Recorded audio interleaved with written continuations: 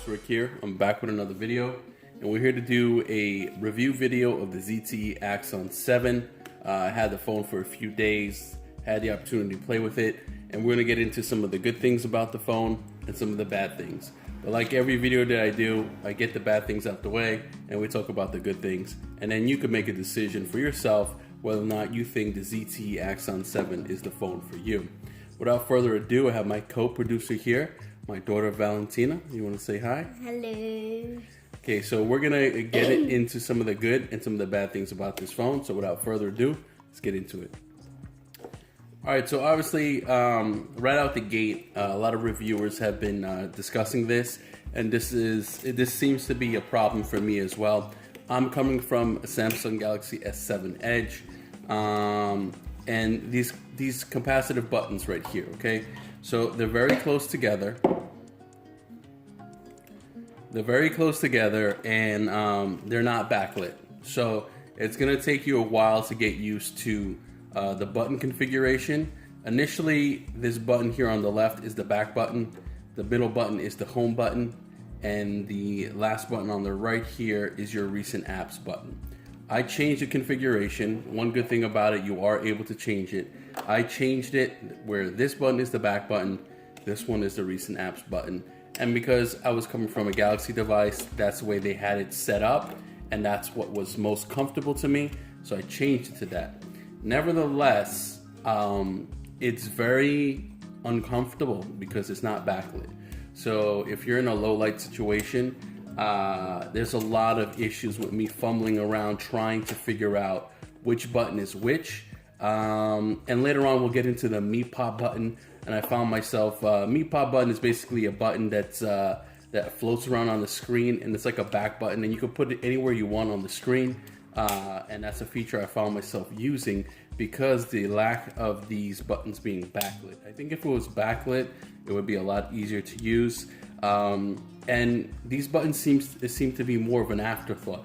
At this point, I would have just went with on-screen buttons and just called it a day instead of doing a half-ass capacitive button with no backlighting, close together, and it just seemed like an afterthought from ZTE. So now, next up, something that bothered me. Let's do the double tap feature. There are a lot of features on here that you're gonna see. You have to actually dive into the settings menu to really get a good look at these features. They're not like offered right out the gate. Like the double tap to wake feature, I had to go through the settings menu. I didn't even know it was there, but when I started going through the gestures section, I found it there and I enabled it, especially with a phone with a fingerprint scanner on the back. A lot of times, you know, if you have it laying flat like this, you don't want to have to pick it up, you just want to tap it, and that's a good feature to have, but it is there. Okay, so the biggest pet peeve I had with this phone, let me put in my password, excuse me.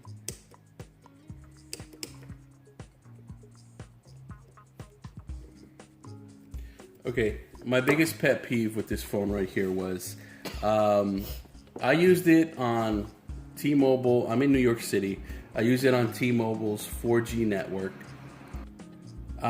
It's based over a VoLTE LTE signal, and I have my my Wi-Fi through Verizon, which is very strong here in New York City. And I found a lot of issues with browsing the web. Okay, so I would wind up go to a page. Okay, let me open a new page. Let me open up Craigslist. So, Craigslist, boom. So I would wind up going to Craigslist, and it took a very long time to load. It's loading fast now because I'm very close to my router. But when I was in my bedroom, I noticed I would have my Galaxy S7 Edge side by side with this phone, and I am literally like 2 feet away from my browser. From my router right now. And just to type in text, to do certain features like that, when the keyboard came up, see, I clicked the edit button and nothing happened. So we'll click it again. And again, nothing's happening. Now this is a simple page. It finally decided to load down. So it took 2 or 3 taps on that particular button for it to actually load something. So this is something that I'm selling on Craigslist right now, and I wanted to update the actual item and maybe change the price or change the description a little bit. And as you're seeing right now, the page is still not loaded. So at this point, it took a good 10-15 seconds for that page to load.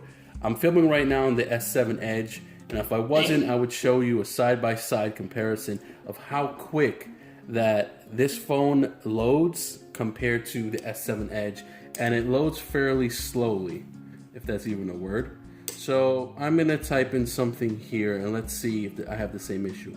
Now, if you didn't see that, I typed reply, I pushed the button, and look how long it took for this window to pop up, okay? So I'm gonna click, boom, I'm gonna click here, I'm choosing my email, okay? So it seems to be typing a lot quicker now, but again, I'm right next to my router. I'm literally 1 foot away from my router. So this is gonna be the best signal that I have in my house. But initially, when I was in about 20-30 feet away from the router, a lot of issues. I would start typing something and the text wouldn't type for at least 3-4 seconds later.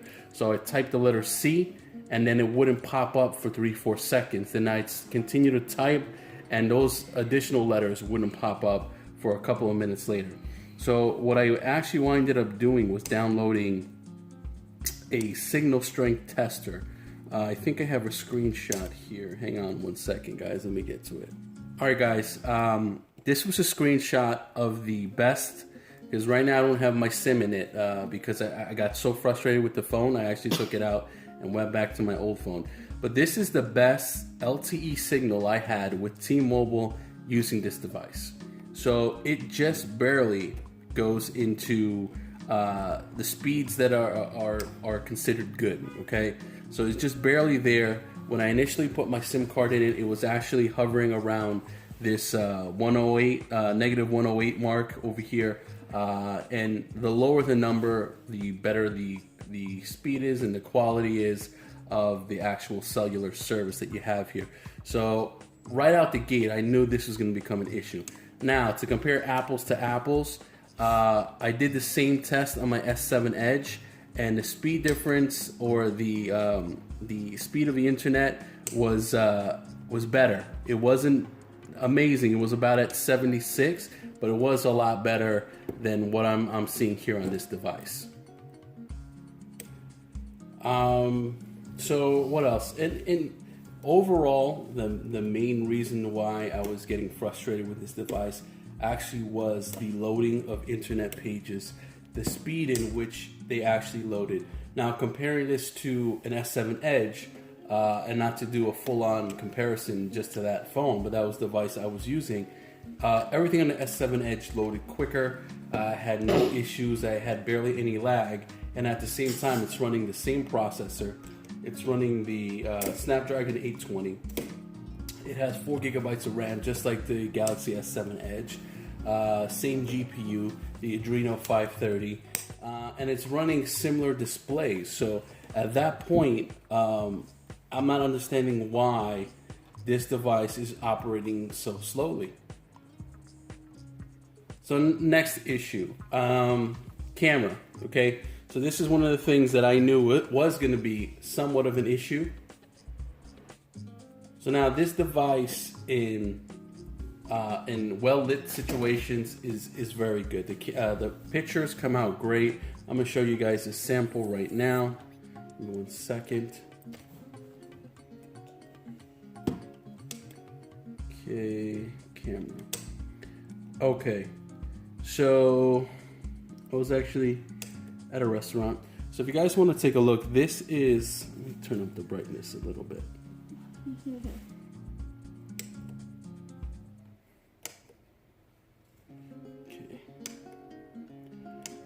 So this is an item in a well-lit restaurant. I was waiting online and I said, you know what, let me take a picture. Let me snap in and zoom a little bit. These are grains of rice. Now, if you guys aren't picking up on it, let me zoom my camera in a little bit. These are grains of rice. You know, the quality is there. It's not, you know, no pun intended, not grainy, but the quality is there. It's a very good shot. I like what I saw from the camera in well-lit situations, okay? Now, let's get to the bad, okay? So this is a shot. I went out to a bar with a friend of mine. This is a shot that was taken, hold on. Okay, so hang on, let me zoom out a little bit. Now this is a shot that was taken with a friend of mine at a bar. And because I'm filming on the S7 Edge, it's making the photo look brighter than it actually is. When you look at it from the phone itself, the photo is a lot darker. So in this picture, it looks good because I'm filming through a camera that has great low light quality. But when you look at the shot through the phone, I can't even make out my friend's face. So granted, this filming is not doing any justice to the issues with the camera, but believe me, the low light photos on this camera, on the front facing camera, even though it's 8 megapixels, it's horrible. It's not bright at all. And when you're looking at it directly from the phone, you could barely see it. Sorry guys, I had to move production to another room. I have a 1-year-old and she wanted to touch the camera, make a lot of noise, and it would interrupt the video. So I moved production to another room. So last but not least, one of the things that I really did not like about this camera, about this phone, is the operating system. So I was hearing a lot of reviewers on YouTube say that it kind of reminds them of 2012 Samsung, where they threw everything but the kitchen sink in there in regards to gestures and features and things of that nature. And I tend to agree with a lot of people. But a lot of the features on here are just confusing. There's a lot of redundancy here. There's a lot of things here that just doesn't make a lot of sense. So if you guys aren't noticing, I actually put Nova Launcher on top of this skin. It had the Me Favor UI. I actually thought the skin was decent, but it didn't have an app drawer, and that's a big pet peeve of mine. I like my app drawer, so I did customize Nova Launcher on it. And in addition to that, I don't like the Nexus or stock Android scrolling upwards. I like the side-to-side scrolling, so that was another reason why I downloaded Nova Launcher. But again, talking about redundancy, so I have browser here, and if you look here, browser's there up top again. You know what I mean? So there's a lot of redundancies here. Like the calculator feature, if you go into tools, where is it? Well, if you go into the, here we go. If you go to the tool setting, you have calculator hidden away over here. Most phones, people use the calculator a lot. They have it right out in the open, right in the app drawer. I was able to move the calculator as a shortcut on the main home screens, but I wasn't able to put it in the app drawer. Was that a big deal? No, but at the same time, it's like, that's just stupid. Now, if you look at some of these features here, they may seem cool right off the bat. You have your compass, okay? So it tells me you have to wave your hand in a figure eight to configure it. I did it 15 times and it just didn't configure, so my compass is not set. Flashlight, yes, that's something that everyone uses. Calculator, yes, that's something that everybody uses. Noise tester is a feature that I liked, and we'll click on it. So basically, with my voice talking, you're basically seeing the decibels that are going out, and it basically tells you, you know, the decibel reading and the amount of noise you're making, whether it's a tic-tac, an office chatter, busy street, crying baby, and engine noise being the loudest. So my daughter wants to make a sound for you just to make the decibel meter go as loud as possible. So go ahead. There you go. So cool feature there, fun feature. Ruler, I didn't find a real need for the ruler. Basically, you have a 5-inch ruler here. So if you're measuring something under 5 inches, I guess you're good to go. I guess most people that are gonna measure something, it'll probably be more than 5 inches. A protractor, again, I don't know who would be using a protractor on their phone. The last time I used one was in high school. A level, which you know, obviously you got to get the circle, the ball in the circle to show if something's level. And this right here, it is not level. So that was cool, but very glitchy. And a plumb line, okay? Just to make sure something is plumb, and if something is straight, you have that plumb line right there. So, you know, cool features, but a little bit of an overkill. So let's zoom out a little bit. So again, overall, I'm not a big fan of the whole Mi Favor UI skin, but again, if you want to throw Nova Launcher on there, you want to, you want to have your own, launcher or your own skin to it, you're more than welcome to download something. This made it bearable for me having Nova Launcher on here, but there's still a lot of features on here that just don't make sense. A lot of things that just don't add up. There's certain things that I should see in the notifications shade that I don't see. Over here, when you pull down the notification shade, hold on, let's go back again, pull down the notification shade. So now you do not see anything here to let you clear it all. So now your notifications, you actually have to swipe each one away individually. And it's stupid little things like that that started to annoy me. Let's go into the things that I actually do like about this phone. All right, so let's get into the features and the things that I really do like about this phone. So obviously the display. You have a beautiful AMOLED display, 2K resolution over here. It's beautiful, it's vibrant, I like it. I put the saturation to the highest it can go through the modes of the actual, in the settings and the certain modes they had to make it either a gorgeous look, or normal look. I put everything gorgeous, high saturation. I'm coming from a Galaxy phone and I like that high saturation look. So the things that obviously that I love about this phone will be first the Dolby Atmos speakers, okay? This is very loud, it's very bright, it's very, let's play the demo. It's one of the best set of speakers out there. And let's just play the little demo they have.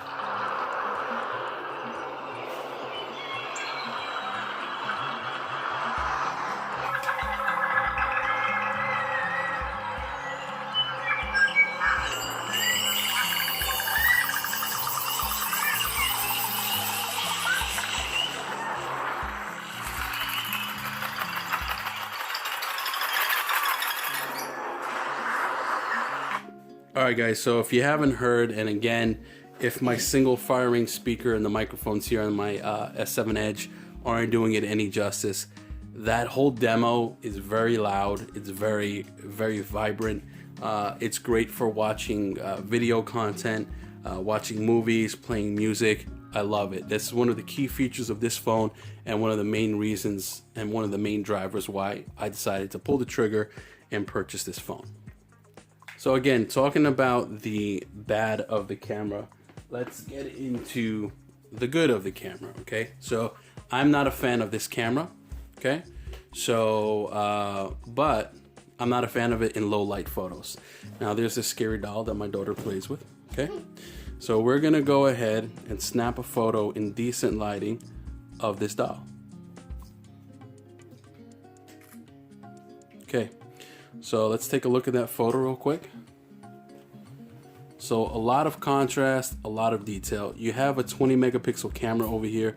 You even see the dirt on the doll's lip over there from my daughter dragging it across the floor and everything. So the photos in decent lighting conditions are very good. They have a high contrast ratio, really beautiful photos, but obviously this camera fails in low light situations.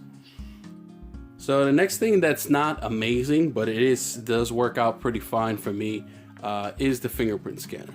So on the back you have the fingerprint scanner, and for me it works about 98% of the time.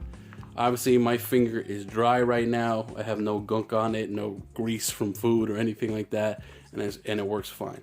A couple of times it did give me a false read, but not enough for me to be bothered by it, and I actually think the fingerprint scanner does work great. So something else that I liked about the UI that wasn't really a big deal, but it seemed pretty cool.